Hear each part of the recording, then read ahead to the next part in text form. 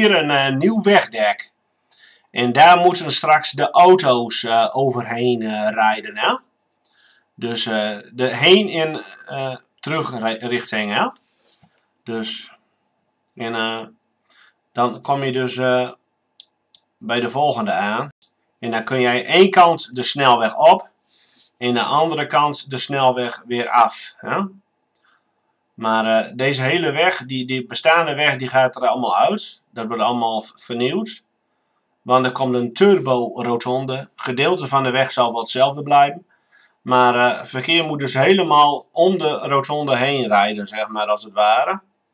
En ja, dus het kan nog een leuk worden, zeg maar.